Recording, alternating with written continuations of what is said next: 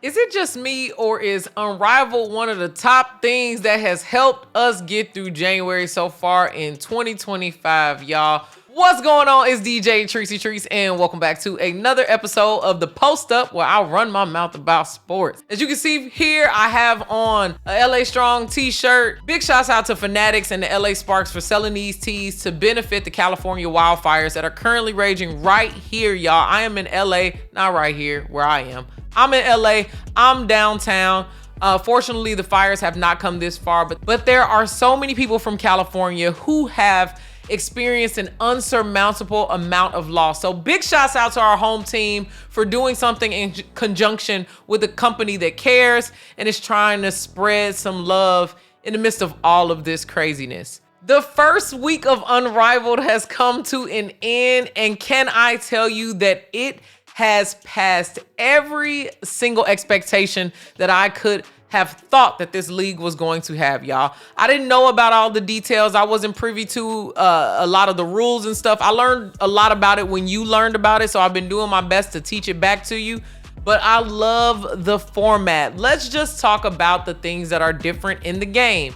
3-on-3 versus 5-on-5 in the WNBA. The 3-on-3 is, of course, going to be a little bit more fast-paced. It's played more of that USA basketball type of style, but there are some conditions. The size of the court is a bit different. The foul rules work a little bit different. And the fourth quarter does not have a time limit. What they do is they take the leading team's score and add 11 to it, and that is the target score for the game. So let's say, for instance, there's a close game at the end of the third quarter. If it's only plus 11 and your team goes on an 11-0 run, you could win because there's no time. We're not waiting on a clock to expire. It really turns up the intensity.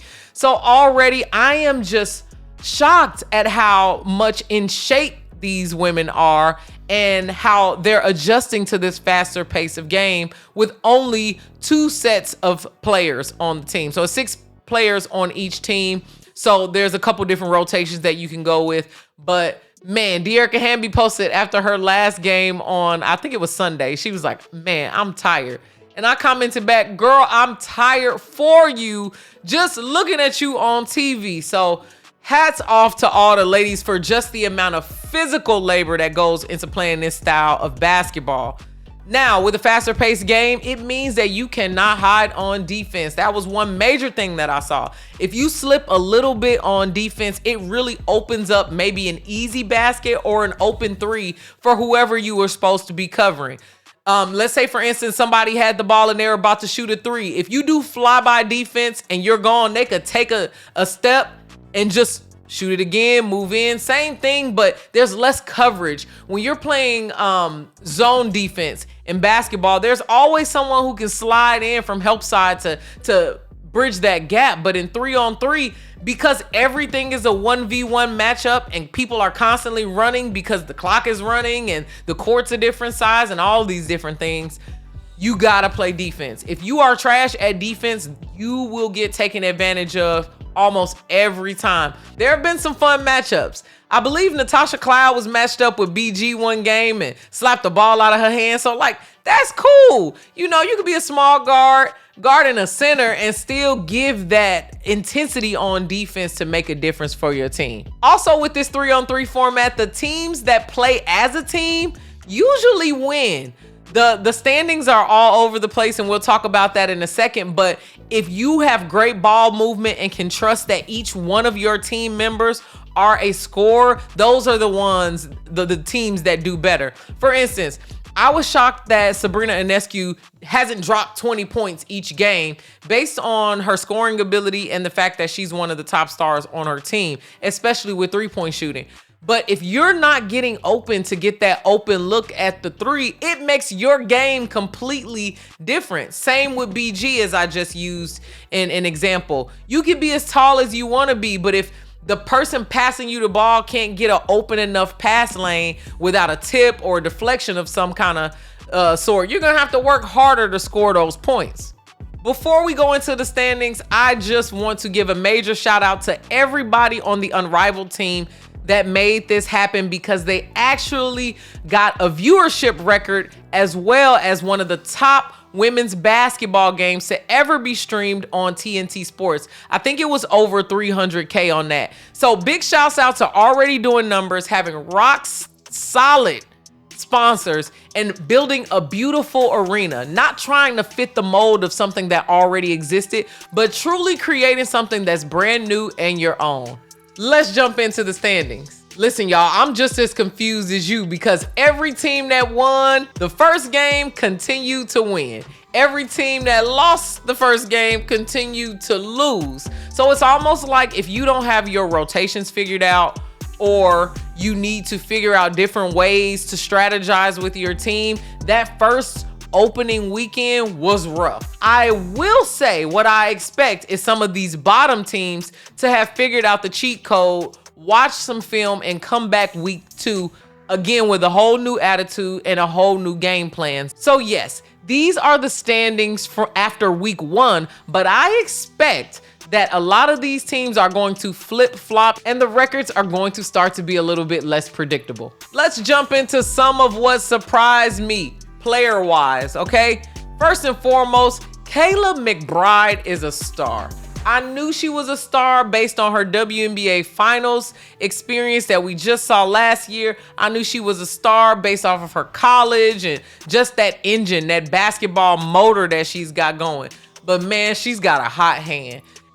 I've never seen somebody shoot a ball that fast off touch passes. Just insane. I did not expect that Kahleah McBride would be leading her team the way that she is. So you can go ahead and say that I was sleeping on her game before, but listen, I will never, ever, ever, ever in a million years again sleep on Kahleah McBride. And if she continues with the Minnesota Lynx, listen, there's so much that they can do.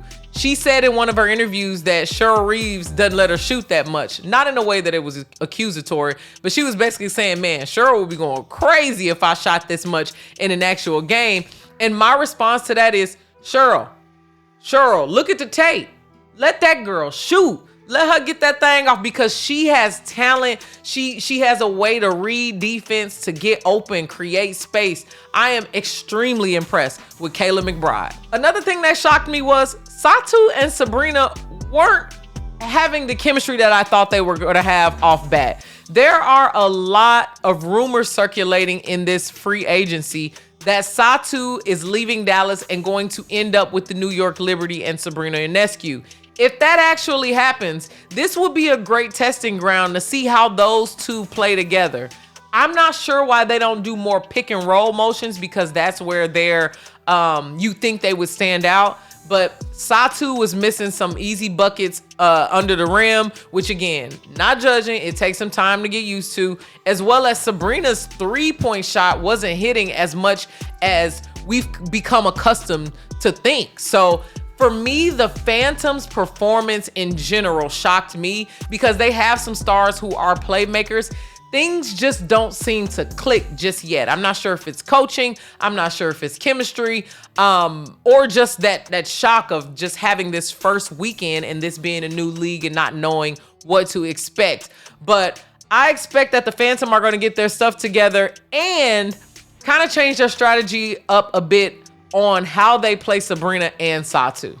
Of course, while wearing this Sparks shirt, you know I gotta talk about my Sparks, all right? So I'm gonna give you a little bit of what I thought about my Sparks performance in the Unrivaled League. First and foremost, Mama D, Arike Hamby, never ceases to amaze me.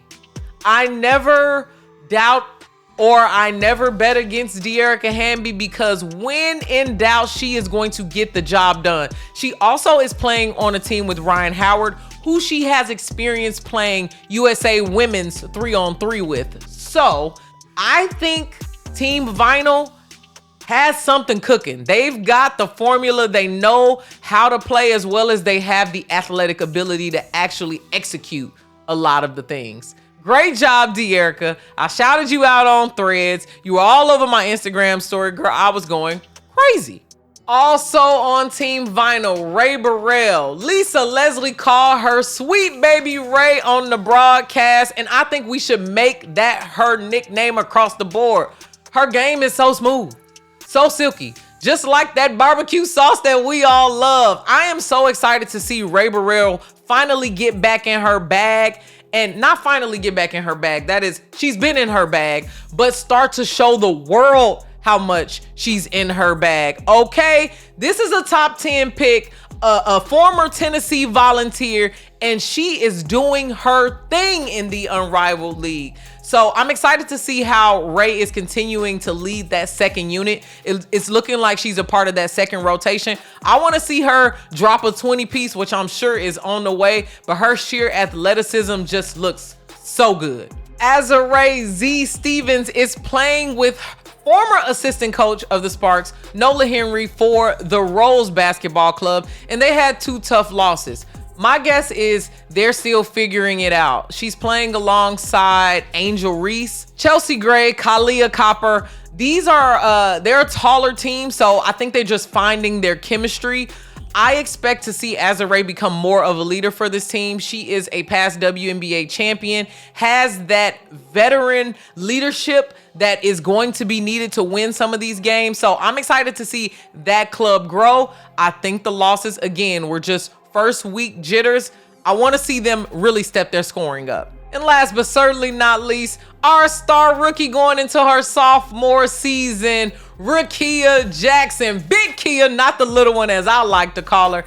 Man, I am loving the fact that she is finding her win and playing with different offensive powerhouses. Watching her and Stewie play together is just stirring up something in my spirit that I know that once her and Cameron Brink and her and De'Erica finally get back on the same court, as well as Azarae Stevens for the Sparks, there's going to be this offensive confidence because she's finding her shot in different ways in that 3-on-3 arena. She did have a high scoring game. I think her highest score was like 11 points. The other game, she was a little bit softer, but again, we're going to give her time to figure it out because it's only up from here. She fits in so well with the Unrivaled brand, with Sephora and so many different brands that they work with. It fits into her personal brand.